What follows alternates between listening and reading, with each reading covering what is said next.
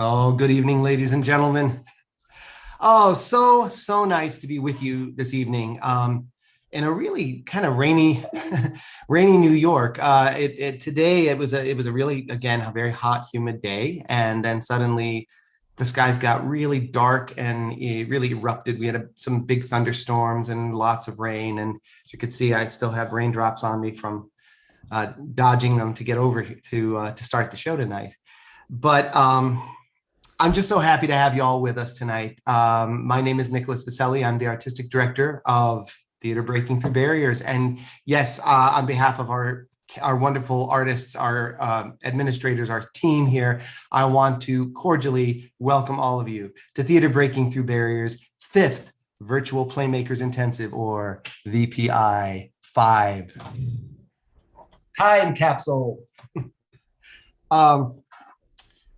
I will say to you, I am so proud of the work that we have been achieving, not just throughout the year, but certainly in this intensive. This intensive has been really extraordinary because I think that as we have progressed through this year of COVID, we really sort of come into our own, and the work has become very rich, very deep. We've had like such a great variety and such incredible collaborations.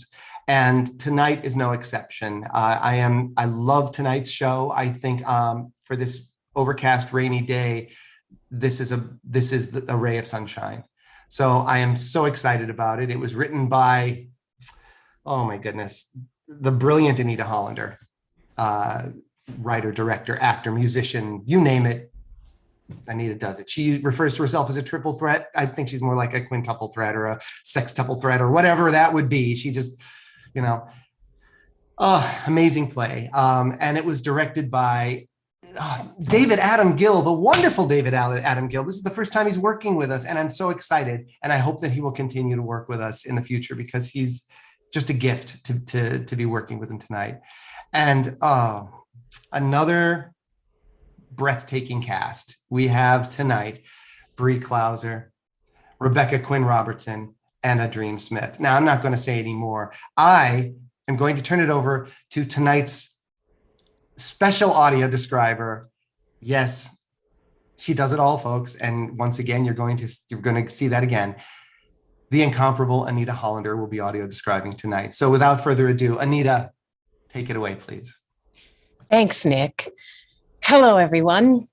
I'm ANITA Hollander, and I will be providing any necessary audio description in tonight's play. First, I would like to remind you all that during our Virtual Playmakers Intensive, our stage is your computer screen. That said, currently the stage is dark. When the play begins, each character will appear in their own separate box on your screen. Tonight's play is Soul's Highway, the Guitar Lesson, written by myself, ANITA Hollander, directed by David Adam Gill, and featuring Rebecca Quinn Robertson as Eleanor, a 30-something white woman with shoulder-length blonde hair and blue eyes, AhDream Smith as Gowdy, a 20-something brown-skinned woman with shoulder-length afro-textured hair, and Bree Klauser as Pippa, a 20-something white woman with short brown hair, bangs, and brown eyes. The setting is a waiting room with white walls.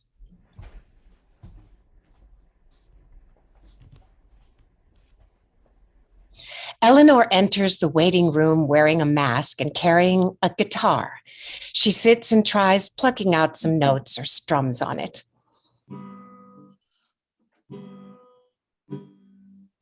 Gowdy enters, also wearing a mask and holding a guitar. The two women, who don't know each other, nod in acknowledgement of each other's presence as Gowdy sits and tries to tune her guitar. Eleanor looks at Gowdy's guitar. Nice instrument. Huh?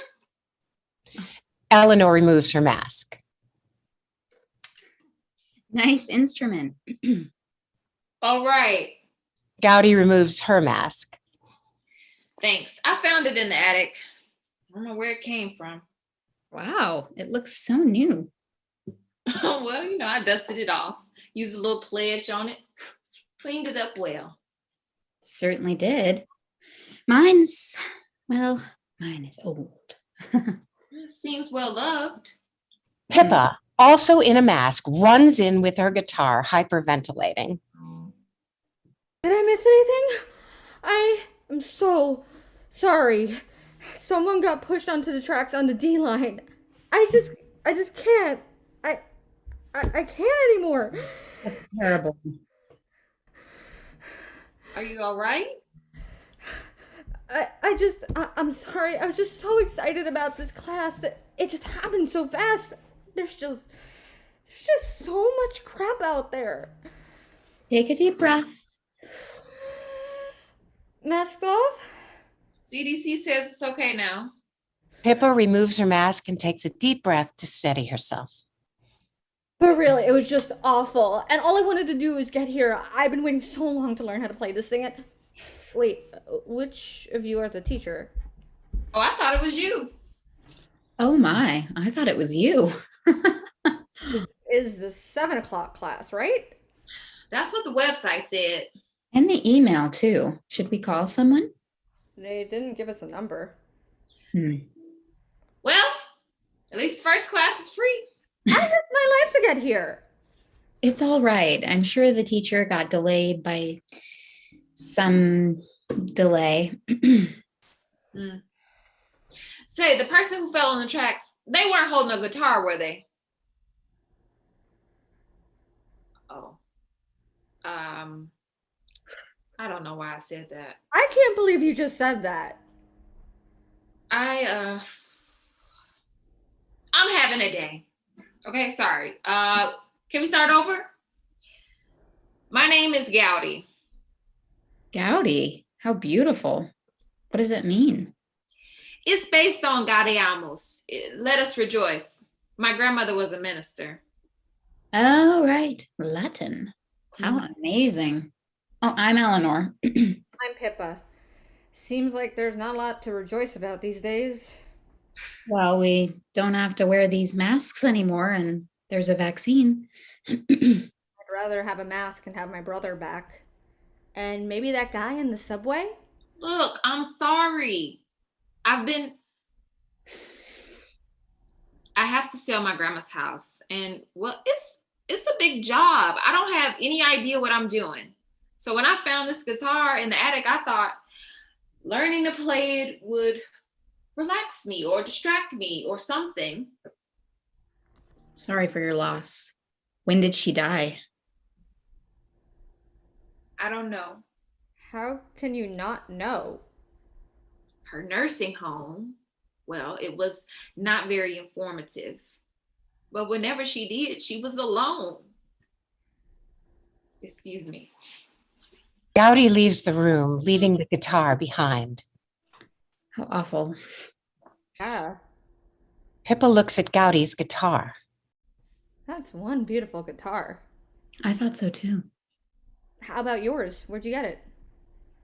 Oh, at work, behind the building, the trash. Jeez, you got some fancy trash there. Where did your guitar come from? My brother actually gave it to me. Well, really, I just found it in his room. I never even heard him play it. He, Yeah. COVID. Last fall. 18 years old. He didn't even go anywhere. We didn't know how he got it. did anyone else in your family have it? No. And he really went nowhere. Well, he did go over to visit my aunt once, over at Myers. Your aunt was at Myers? Yeah. Oh, Gowdy returns. Any sign of our illustrious guitar teacher? Nada. Well, I might take off. I gotta go deal with some legal stuff at Myers. Wait, Myers? Yeah, that's where my grandma was. Wait, was her name Renita? Excuse me? Reverend Renita, was she your grandmother? Yes. My aunt introduced us to Reverend Renita at Myers. Wait, was your aunt's name Ella? Yes. Girl, no way! They hung out. Oh. Wow. Oh my God. That must be her guitar, Gowdy. She said she played jazz guitar when she was a girl. I don't understand. How would you know what I was her nurse.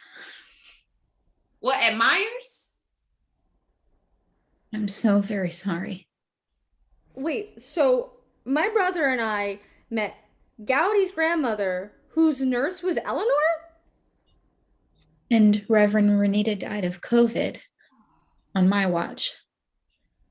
And Pippa, I didn't find the guitar in the trash. Huh? Your Aunt Ella gave it to me. She told me it was her secret pleasure.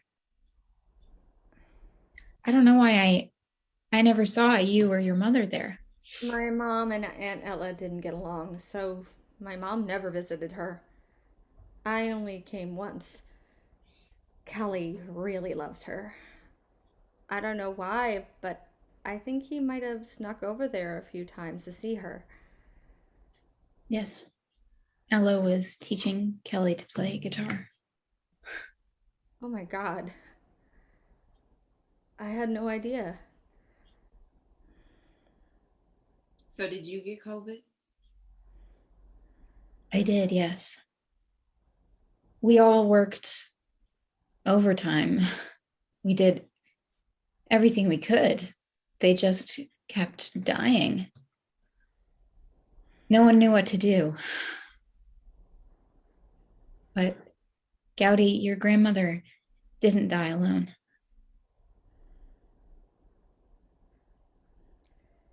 This teacher is never coming, is she?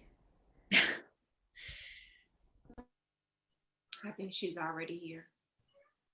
And I don't think she's alone either.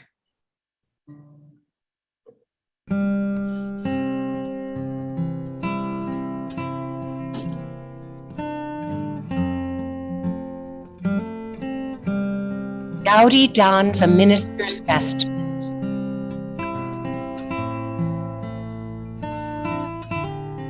Pippa dons a baseball cap. Eleanor dons a scarf.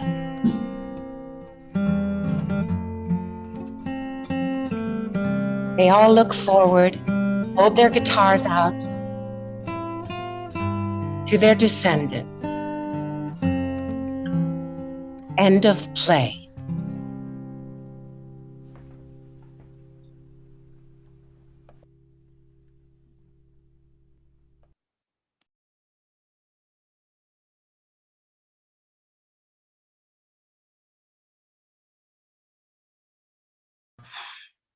Wow. Oh, you guys. That was great. Thank you all. Such a beautiful play.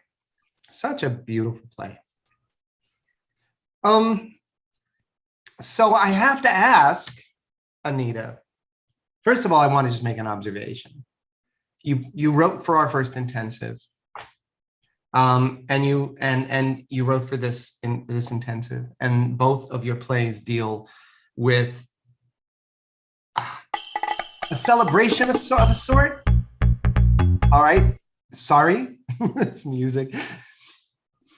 Thank you, technical. Yeah, there's always technical glitches, but I got it. I got it before we were able to both of your plays dealt with celebrations of a sort. And I think, and both plays dealt very much with family, which I think is very important. May I ask you, what inspired you to write this play?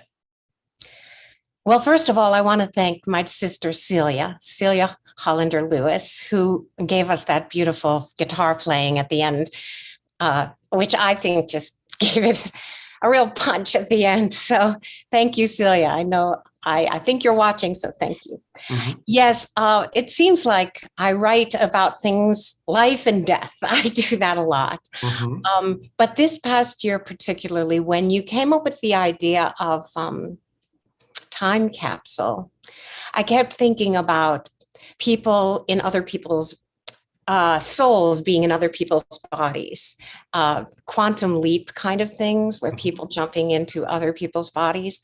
And because my grandmother, I'm looking at her picture, Celeste, and I look exactly alike, and she died 6 years before I was born. And everything I've done in my life is so much like her, even though I never knew her, but my mom has told me this. So when you said time capsule, I wanted to do something along those lines. And what was really terrific about this group was when, we don't know who's going to be in our cast, we don't know who's going to direct it. And we went into the breakout room to talk, and I immediately found out that each of them had spiritual feelings of some kind, had something that had to do with them. Of the spirit. And Eleanor, I'm sorry, we keep talking to everybody by their character names, but Rebecca definitely she was like, oh yeah, I get this. I get what you're saying. And then it was really great to have 3 really beautiful people and souls to work with, and a director who understood exactly what I wanted. And then the play wrote itself. It's funny, when I write songs, I get an idea and it takes me a couple of days or weeks, or one song took 20 years to write. Wow. But sometimes it takes a while. But I've been learning that writing short plays like this, I sit down and it types itself, it writes itself. And this one was one of those. It was like, wow, what is this? Why do you all know what you're saying to each other when I didn't know a second ago what you were going to say to each other? And it came out all at once. And then we made some edits once everybody read it. But from the first reading, I felt like we had something really special. And tonight it really, really touched me a lot. What you guys? Absolutely. It's just such a beautiful piece. And a wonderful, I don't know, a wonderful reminder. As I mentioned to you guys a little earlier before we were on camera, I definitely want to talk about this play a little bit more in depth. But we have a few minutes here, so I can give you guys, we can talk a bit, and then we can take a little break, and then we'll be able to take this up again after the next show.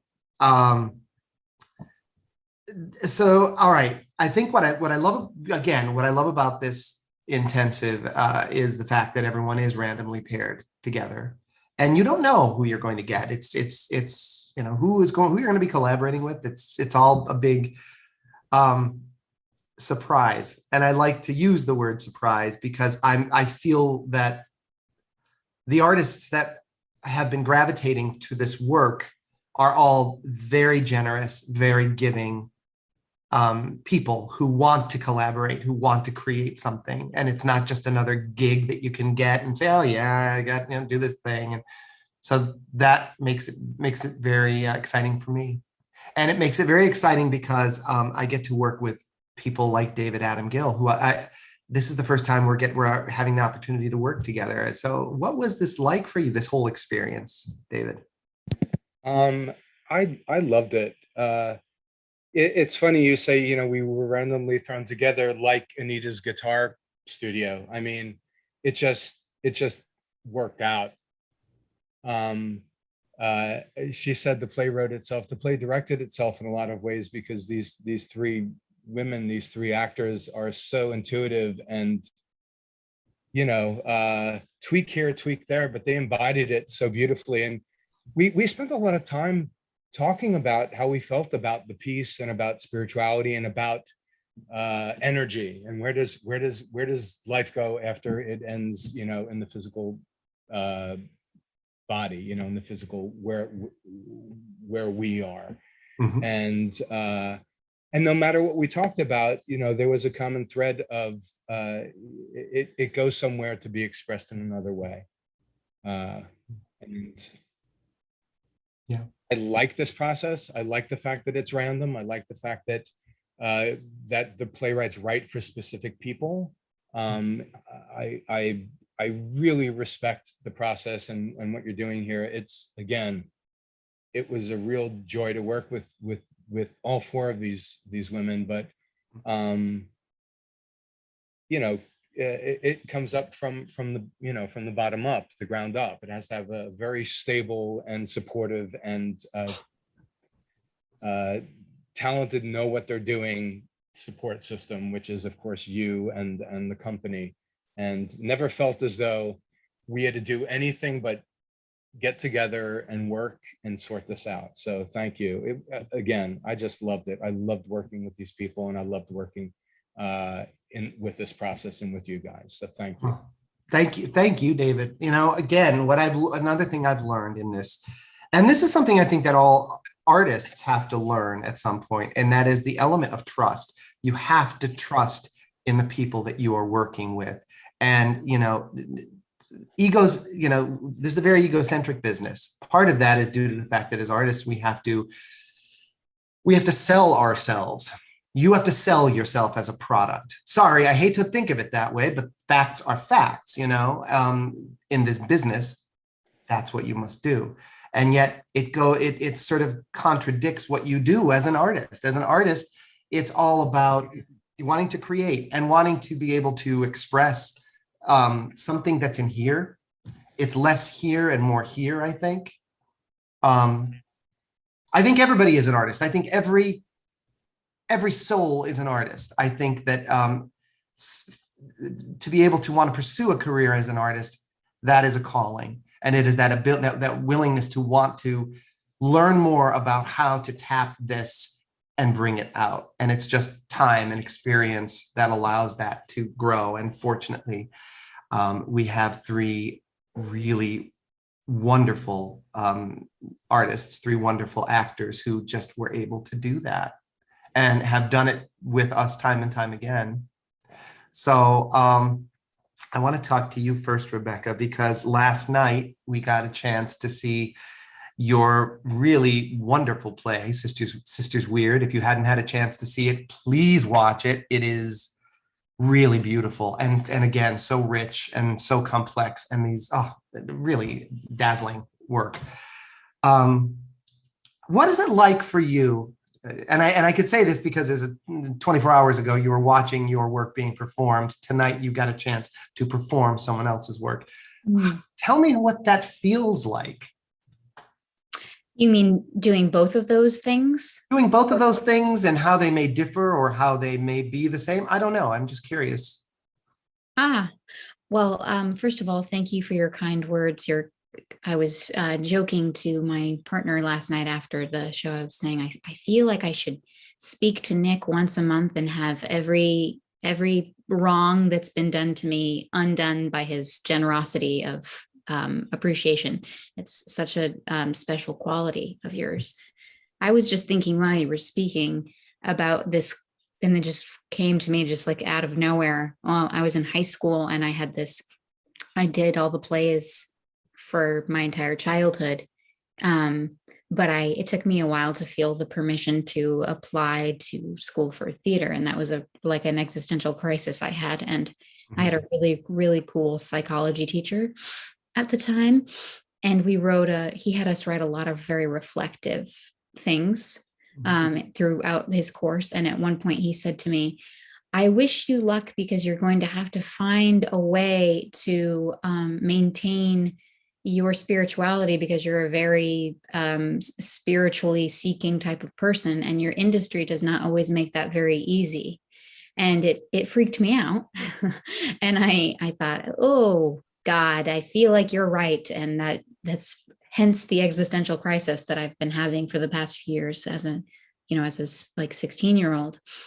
And I think this, all of which leads me to this point, which is, I think I've always felt more of a sense of permission of exploring the topics that are, the most resonant and the deepest that you can go with writing, because I think I still haven't totally figured out how to fuse, in my mind, spirituality with acting as an art form, and obviously this play is a wonderful opportunity. And I'm realizing as I'm listening to you guys talk that, and this is an odd thing to share, but I feel like this is definitely the context, but I was thinking, oh, wow, I didn't even realize like I'm getting to sort of access my feelings around my grandmother dying, because it was always very easy for me to feel upset talking about these women who had died as though they were real women who had died, and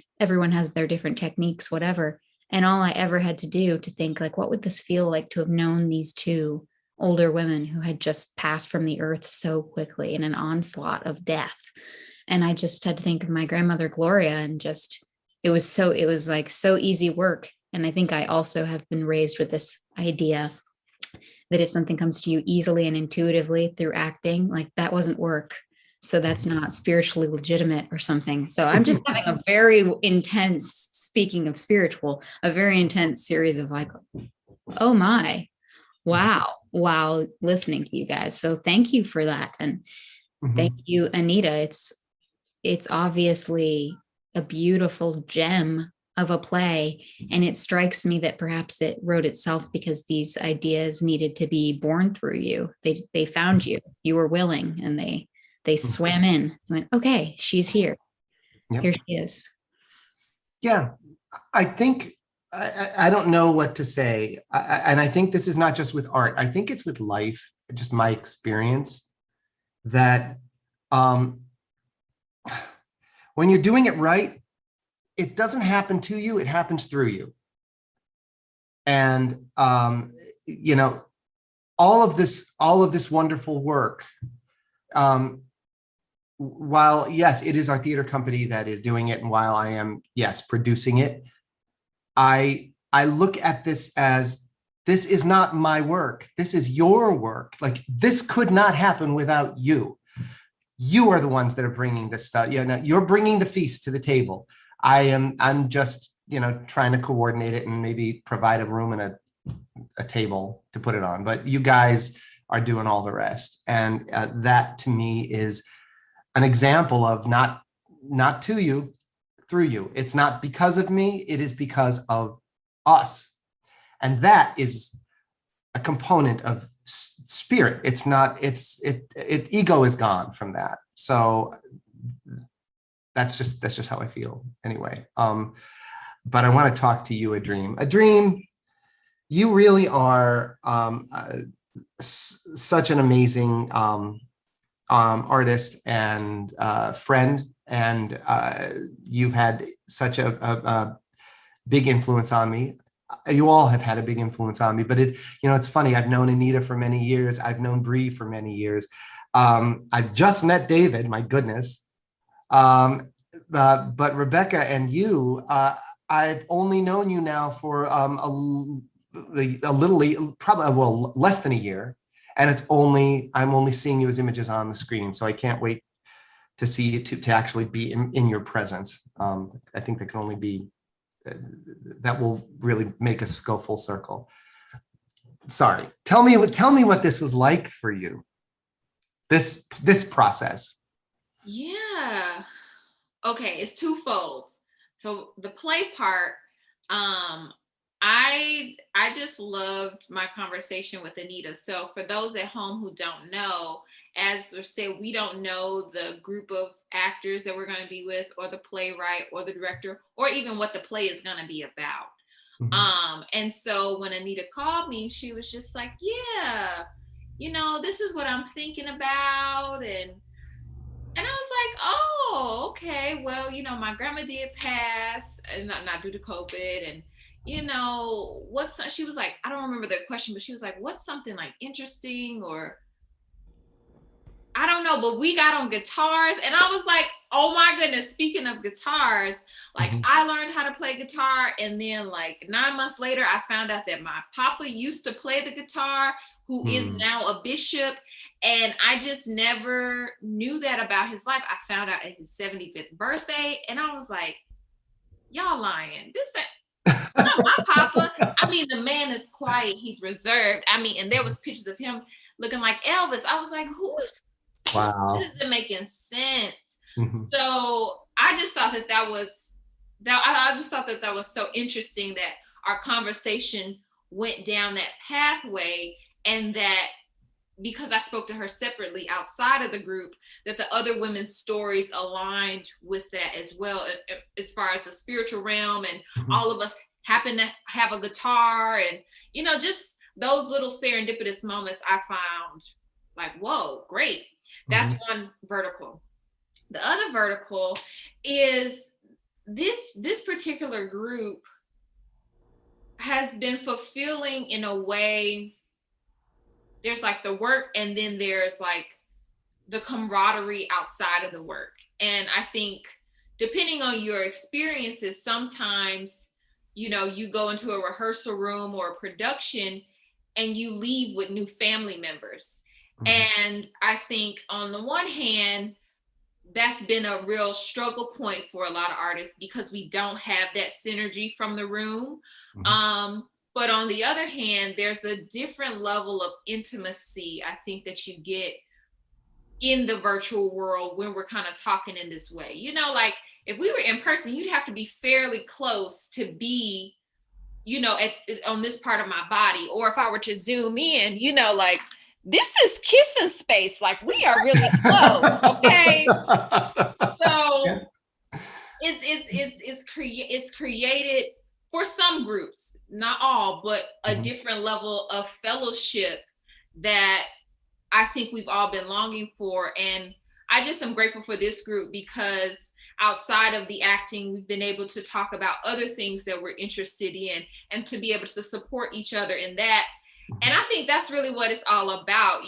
People see the people at the high places, but it's like they didn't get there by themselves. There were various people along the way, on the journey, on the highway, that helped them. And so I just am grateful for this group because they've supported my full artistry and outside of just this particular play. Wow. Yeah, I don't know what else to say then. That is amazing. It really is. I just think it's great. It's like, how often do you meet people on a Zoom and it's like, oh, let's have our own separate Zoom so that we can just keep talking. The show is done and we have another meeting tomorrow. Like this. I love that. When you were able to connect in that way, I wish that the wish is that we could all connect in that way at some point in our lives. I tend to think life is a solitary journey. You are on your own path, no matter how close and intimate you become with people and how many times your lives parallel. There's always those moments when you sort of dip and move and you're on your own, and you'll swing in and out of each other's. I don't know. It's hard to say, but I love, when this kind of connection happens, I look at this as being, there's more to it than just a random occurrence. I mean, we can talk about it. We can talk about the probabilities, mathematics, randomness, whatever. No, it transcends this. It cuts more into this, right? Bree, how was this? You were killing it with the proverbs tonight, I gotta say. Like, sorry, I know. It's amazing. It's this kind of work that really kind of gets to me. This is sort of my wheelhouse. So sorry. No, it's great. I love it. Tell me what this was like for you. I know you are always busy. You are the type of a person that it's ever since I've known you, you're always doing like 25 different things at once. Yeah. What was this like for you? Yeah, this was, well, like everyone else said, this was just such a great group to work with. We did the work, but at the same time we got to know each other, and like both of you guys, you're so sweet. And ANITA, both ANITA and Nick, I feel like have watched me grow up a little bit. Like I think the first Playmakers, or the boot camp as we were calling it back in 2013, I did a play with ANITA. So it's so nice to like come full circle with that. And 2013, we did a play. It was about Christmas and Santa, like having a big crush on Santa or something. And ANITA's last line was, Ho, ho, ho. I'll have to dig that play up and figure out. Yes. Do you remember who wrote it? Who wrote that? I think it was Jeff Tabnick, and I think it was called Some Santa. Of course. Actually, that was a different one, Bree. We did the one by Phoebe Fico, which was going down to the, again, life and death. The elevator to death. And you had to meet Zen, who was playing, Lucifer. That was crazy. That was a crazy play. Different type of play that has to deal with the supernatural. Yeah, I find myself in a lot of stuff that has to deal with the supernatural. But I have to tell you, but wait, I just wanted just a quick side note. That play, I was so pleased with Phoebe because she had never worked with us before, and we were doing this thing and we invited her in, and she initially asked, well, I'm more of a writer. I'm not really an actor. And Anne-Marie was coordinating all of this. And she said, well, we have all of our writers, but why don't you come and try the acting? And she said, all right, well, maybe. And then that day she showed up and she was paired in this group. Yes. And she, and Jared was supposed to be writing, Jared Bogart, who's also writing, you're going to see his play on Thursday night. And he ended up acting. Yep. And we switched places. We all switched roles. And Phoebe said, "Oh yeah, and Jared was like, well, I'm writing a bunch of other things for other projects, so yeah, be my guest." And she wrote this play, and it was so funny. I mean, it was just hilarious. And then afterwards, I find out she's like, "Yeah, that's the first play I ever wrote." It was like, what? Yeah, just so gifted. And when you can get that, when you're that good, and that's the first thing you ever wrote, first play you ever wrote, oh my God, it was amazing. And I just want to put in that Phoebe, after that experience, having really done very little, became the first Black actress to play Laura in Glass Menagerie. Phoebe has out in California Shakespeare. I just love this. And we've been friends all this time. She was in one of a film that I made, and she's just, meeting her was one of the best things of that Playmakers Intensive. Yes. Well, she was also one of our apprentices, and I want to work with her again. I keep reaching out to her, but she never answers me. So I hope I didn't do anything wrong. But to digress, back to this lovely play. Yeah, sorry. I had to tell that story because you brought it up, Bree. That was you that brought it up. So go on. And David, this was the first time I got to work with him, and he was just such a generous, smart, gentle director, but also really trusted all of us. And that's the best thing you could ask for in a director, to trust your actor's instincts. And I really love that. And ANITA did a really great job, writing for us. The thing we kept saying is yeah, Pippa is unfiltered. And I'm like, all right, I don't even have to act.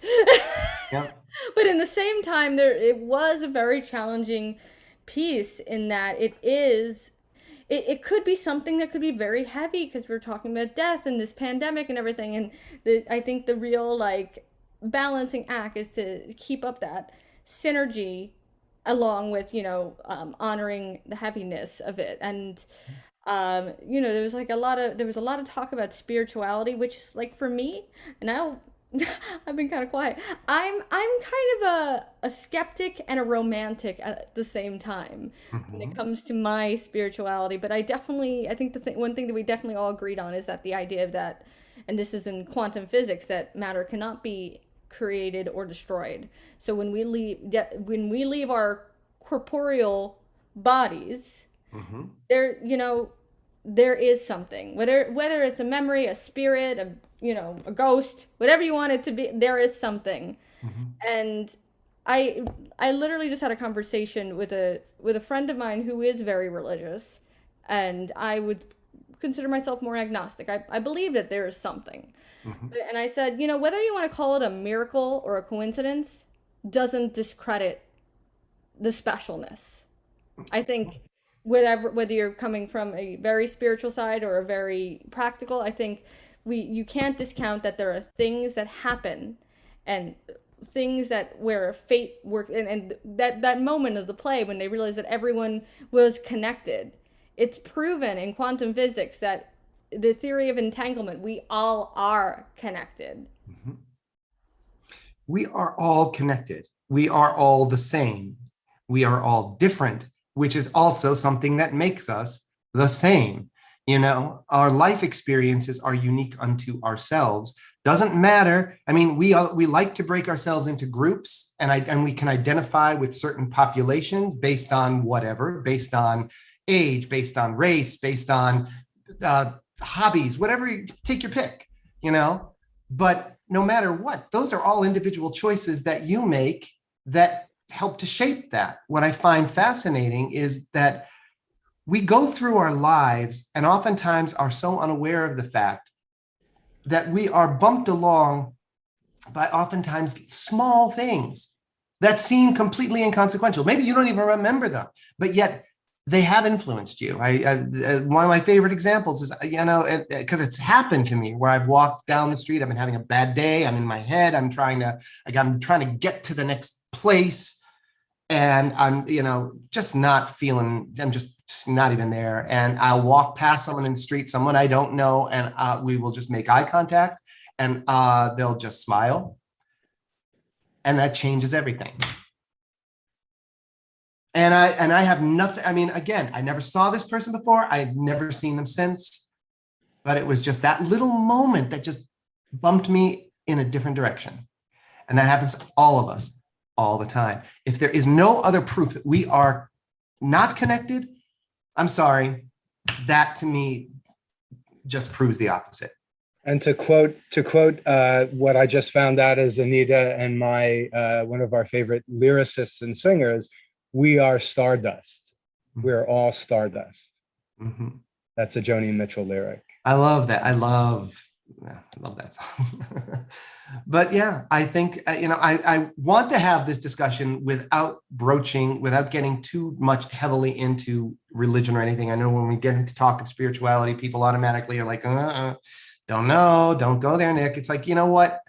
Sometimes I think it calls for it, especially after this year. You know, we've talked about this. We've mentioned it probably every night now. I know I repeat myself constantly, but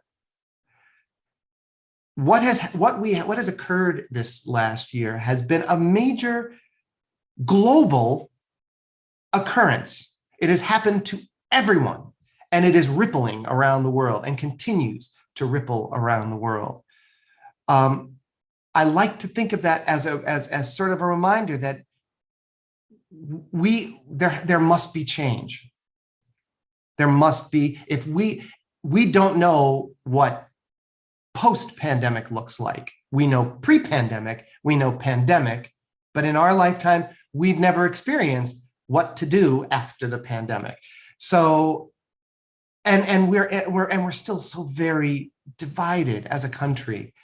You know, I would think we would have learned a lesson. We would have thought in a time when we're all in a place where we have to be separated and wear masks and stay 6 feet apart from each other, that would sort of be an overall lesson to say, hey, you know what? Cut this out.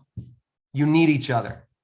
And if you don't believe you need each other, we're going to isolate you. We're going to give you a timeout. We're going to make sure you realize how important you are to each other. Well, not saying that we're enlightened, but we realize it. And we're here. This is the answer to that. But I want to do a new chapter next week. Somebody percent Americans will be vaccinated, so hopefully we are trending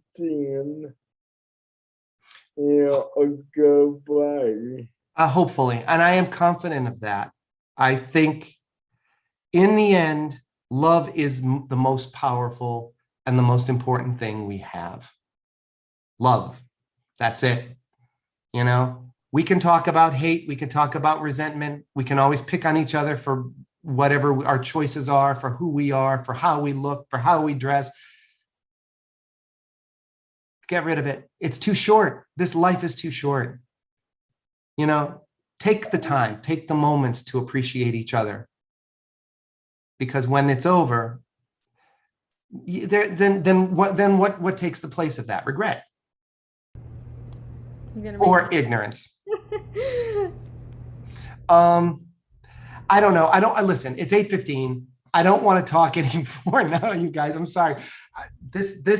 I become like, because this is just, it just fills me. I get overwhelmed with all this work. I loved what you guys did tonight. I love the work that I just love you guys. That's all I need to say. Does anyone have anything else to say before we wrap up and I give you a few minutes to relax a bit?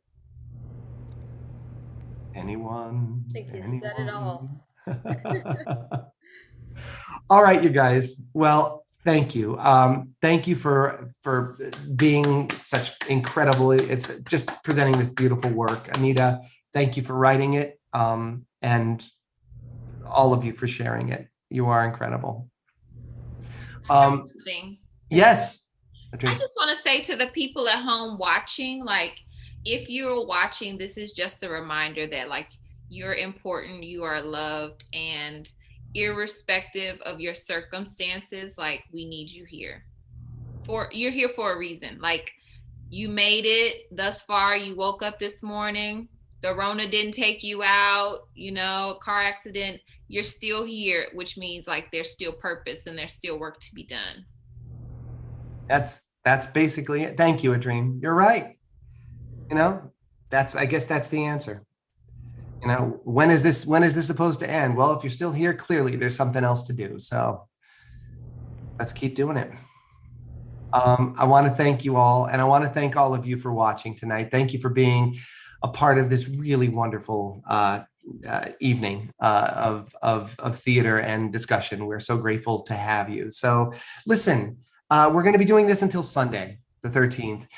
We have great show after great show. I'm sorry. I know that we're the ones that are presenting it, and maybe I'm a little bit biased about that, but the only way you're going to prove me wrong is if you tune in every night and see everyone yourself. Then you can come back and tell me whether I was wrong or not.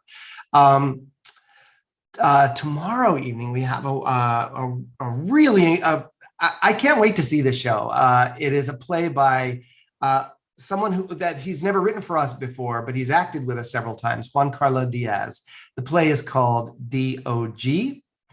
It's directed by Kalila Black. You've had the opportunity to see Kalila's acting, and she's also directed for us in past intensives. The play features, oh my goodness, for me, it's like an old home week. Helen Cox, Martin Lewis, Dan Teachout, and Zen Theo. So this is just like a great group of artists for this play tomorrow night. So I hope you'll tune in. 7:30 right here on YouTube, 8:30, of course, on Facebook. Anyway, please tell your family and your friends to come and join us again. We're going to be doing another show in 15 minutes. So make sure that that'll be on Facebook tomorrow at 7:30 as well. If you really like us, go to our YouTube or go to our website, www.tvtv.org. You can find out everything TVTV. And if you really love us, click the donate button at the top of the page. That will cement your partnership with us.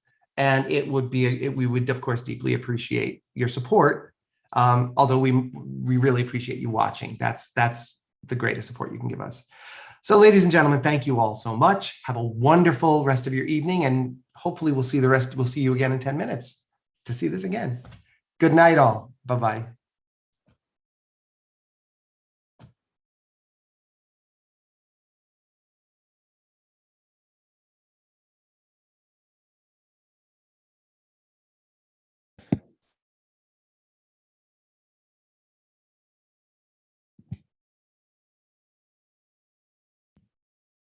No.